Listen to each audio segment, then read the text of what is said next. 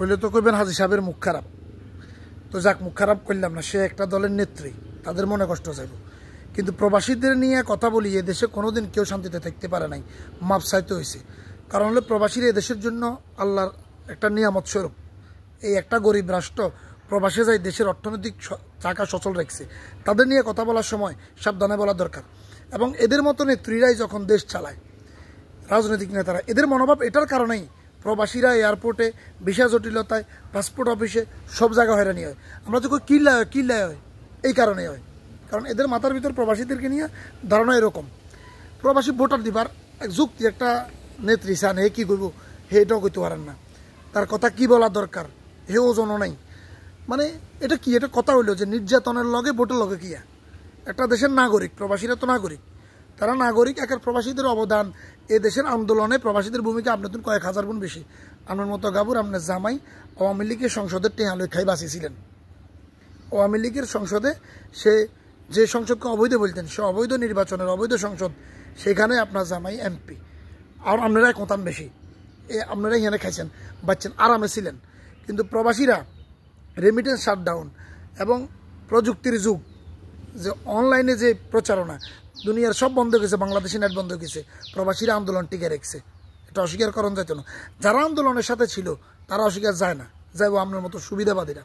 তো এ করলেও কি, আর জ্ঞানেরও তো একটা বিষয় আছে। এ বলে আবার অ্যাডভোকেট কী করলো, কয় যে তারা কি নির্যাতন সহ্য করছে। উমা, ভোট দিতে হলে নির্যাতন স্বীকার করতে হবে কেন? তাহলে বাংলাদেশে 18 কোটি মতান্তরে 19-20 কোটি লোক এগুন বেগুন কি নির্যাতনের শিকার নেই? খালি ভোট আপনারা দিয়েন, আমরাও তো নির্যাতনের শিকার না, আপনারও তো ভোট নাই। ভোট দিতে হলে নির্যাতনের শিকার হইতে হবে, এই কথা কনে গিয়ে দিছে। ভোটের লগে নির্যাতনের শিকার মানে সংজ্ঞা কি বলে না, এটা বিএনপির ফদাইছেন নি, নির্যাতন ত্যাগী না হইলে ফদাইতার না, কি লয় কি মিলাইল। এই কোঁতানির দিন শেষ। একসময় কোথায় আপনি ভাইরাল ছিলেন, সংসদে বাহারে কোথায় হ্যাঁ করি সিললেই ভাইরাল ছিলেন। এখন এটা শেষ, প্রযুক্তি চেঞ্জ হয়েছে, এখন মেধার রাজনীতি চলে। আপনার মতো হুরান মালান খানা। প্রবাসীরা বাড়ির জন্য টাকা আড়াইবে, এটা তো অবশ্যই। ব্যাকে তো ব্যাকের লাই করে, রাজনীতি কীর্তন করেন, খাইবেল্লাই তো বালা মন্দ চলবেল্লা, মাইয়ারে লন্ডনে হড়াই বেল্লাই। আপনি নাহলে তারেক জিয়ার আব্বার আদর্শ আপনি কে জান যার নিজের আব্বার নাম তো একবার লন না। এখানটা বুঝি, এদেশে সবাই মুজিব তোমার স্মরণে ভয় করি না, মরণে কই মরি গেছে, নিজের আব্বার রিক্সা চালায়, ভ্যান গাই চালায়, হে গাবুর গত কয়েকদিন আগে গোপালগঞ্জ।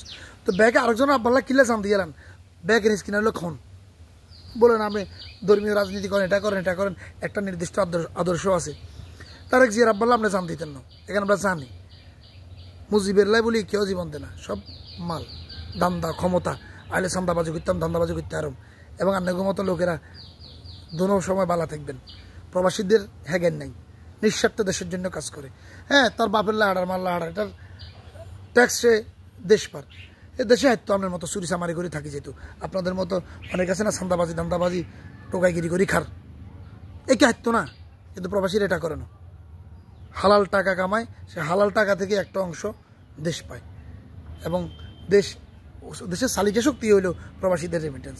তাদের ব্যাপারে কথা কথা হুঁশিয়ার, ক্ষমা চান, সুন্দর আপসে ক্ষমা চাই গেলেন। নয় বলা আইন, প্রযুক্তির যুগ, অনলাইন ল্যাংডা করি লেব বহুত জনে।